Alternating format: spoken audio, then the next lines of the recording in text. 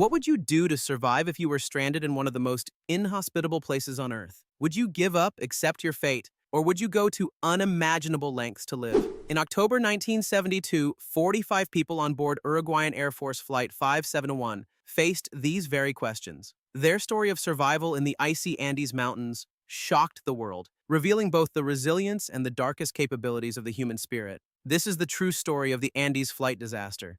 On October 13th, 1972, the Old Christians rugby team from Montevideo, Uruguay, boarded a military chartered flight. The team, composed of young men in their late teens and early 20s, was headed to Santiago, Chile, to play an exhibition match. Joining them were friends, family members, and crew, bringing the total number of passengers to 45. They laughed, joked, and looked forward to what was supposed to be an unforgettable trip across the Andes Mountains. But they had no idea just how unforgettable their journey would become, and for all the wrong reasons. The Fairchild FH-227D plane was built to handle high-altitude flights, but the Andes presented a unique challenge. The rugged mountain range stretches for thousands of miles, its peaks often obscured by unpredictable weather and dense clouds. The pilots were tasked with navigating through narrow mountain passes in a region where even a small error could prove catastrophic. As the plane departed, the skies seemed calm. Yet as they approached the mountains, weather conditions began to worsen, and visibility dropped significantly.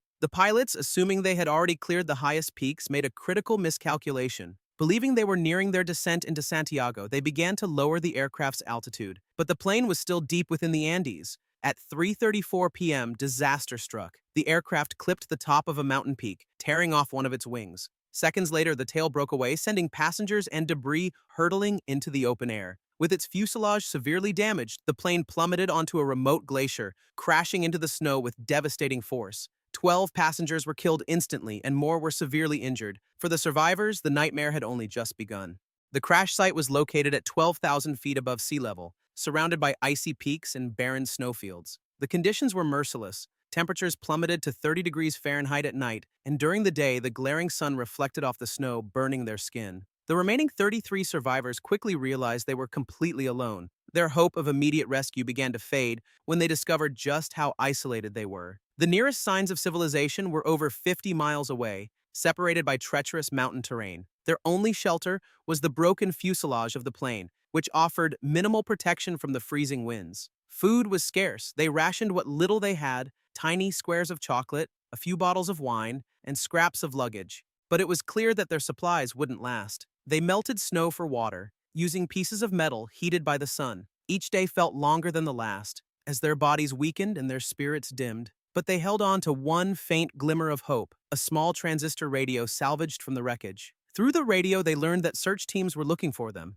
However, the rugged terrain and snowy conditions made it nearly impossible to spot the crash site. Planes flew overhead several times, but the wreckage blended into the surrounding snow. Then, on the 11th day, the survivors heard the news they dreaded most. The search had been called off. They were presumed dead. At that moment, the reality of their situation set in. They were alone and no one was coming to save them.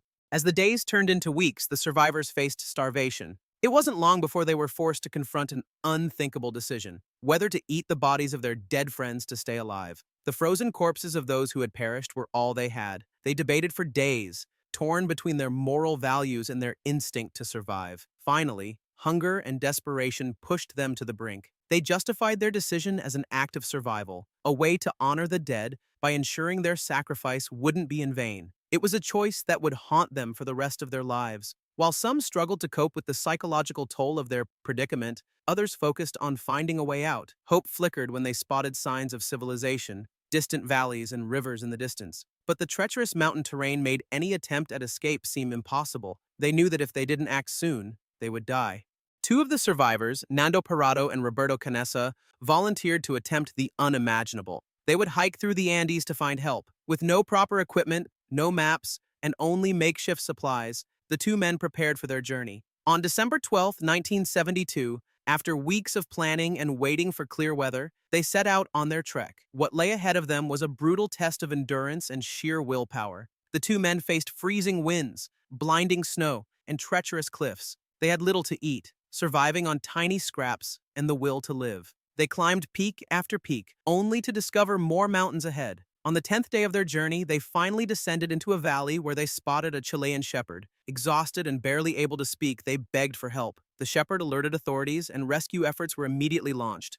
On December 20th, 72 days after the crash, helicopters arrived at the crash site to evacuate the remaining survivors. After weeks of unimaginable suffering, 16 of the original 45 passengers were brought home alive. Their ordeal captured global attention, sparking debates about morality, survival, and the limits of human endurance. The survivors' story didn't end there. For years, they struggled with the trauma of what they endured. Their decision to resort to cannibalism became a subject of both public fascination and criticism, but they maintained that they did what they had to do to survive. Today, their story serves as a reminder of the resilience of the human spirit and the lengths we are willing to go when faced with impossible odds. The Andes flight disaster is not just a tale of tragedy. It's a testament to the power of hope, determination, and the unbreakable will to live. If you found this story as powerful as we did, don't forget to like, comment, and subscribe for more true crime and survival stories. Thank you for watching.